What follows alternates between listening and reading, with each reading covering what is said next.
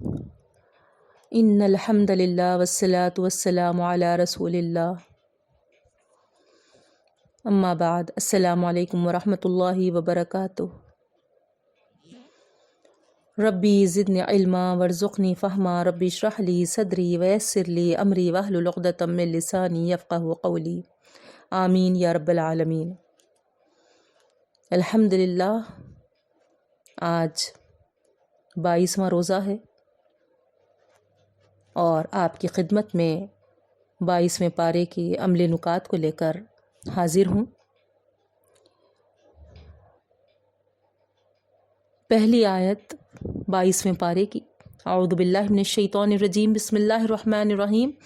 وَمَن يَقْنُتْ مِنْكُنَّ لِلَّهِ وَرَسُولِهِ وَتَعْمَلْ صَالِحًا نُؤْتِهَا أَجْرَهَا مَرَّتَيْنِ وَأَعْتَدْنَا لَهَا رِزْقًا كَرِيمًا۔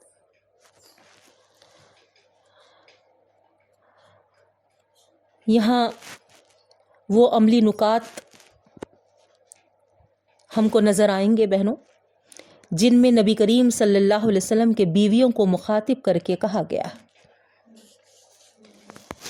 اے نبی کریم صلی اللہ علیہ وسلم کی بیویوں، اگر تم اللہ اور رسول کی اطاعت اور نیک عمل کرو گے تو تم کو دوہرا اجر دیا جائے گا، کیونکہ تم دوسروں کے لیے نمونہ بنو گے۔ اور اگر تم کسی ضرورت پر کسی مرد سے بات کرو تو تمہارا لہجہ اور انداز گفتگو ایسا ہونا چاہیے کہ جس سے بات کرنے والے مرد کے دل میں کوئی اور توقع قائم نہ ہو سکے۔ اپنے حسن کی نمائش کرتے ہوئے گھروں سے باہر نہ نکلو، گھروں میں ٹک کر رہو، نماز قائم کرو، زکوٰۃ دیا کرو، اللہ اور اس کے رسول کی اطاعت کرو۔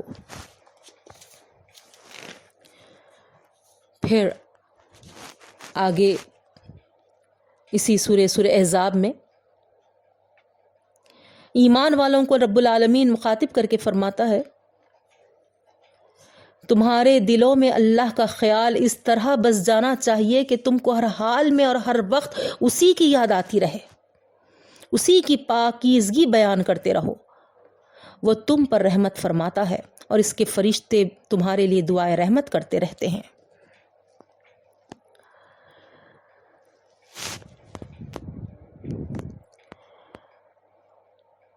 پھر اللہ رب العالمین اہل ایمان کو مخاطب کر کے فرماتا ہے کہ نبی کریم صلی اللہ علیہ وسلم کے گھروں میں بلا اجازت نہ آیا کرو اور نہ کھانے کا وقت تاکتے رہو۔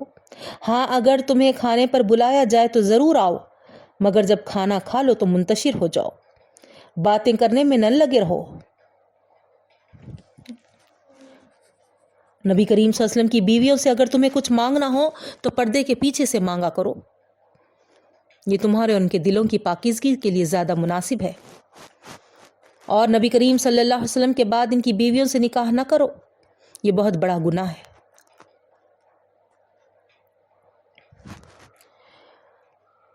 اللہ اور اس کے ملائکہ نبی کریم صلی اللہ علیہ وسلم پر درود بھیجتے ہیں، اے ایمان والو تم بھی ان پر درود و سلام بھیجتے رہو۔ یعنی اللہ کی رحمتیں اور برکتیں نبی کریم صلی اللہ علیہ وسلم کے ساتھ ہیں۔ اس کے فرشتے بھی شب و روز دعا کر رہے ہیں کہ رب العالمین محمد صلی اللہ علیہ وسلم کا مرتبہ اور زیادہ اونچا کر اور ان کے دین کو اور زیادہ فروغ دے۔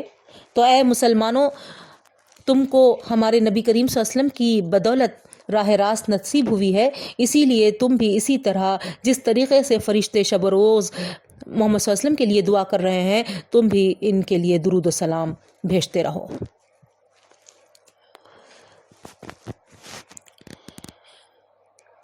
پھر مسلمان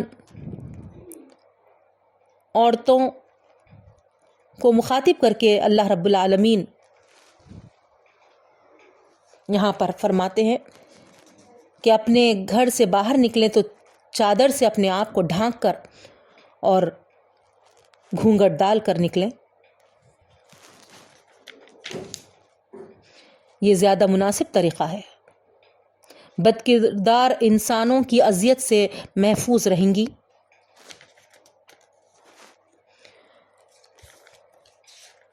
سورہ سبا شروع ہوتا ہے،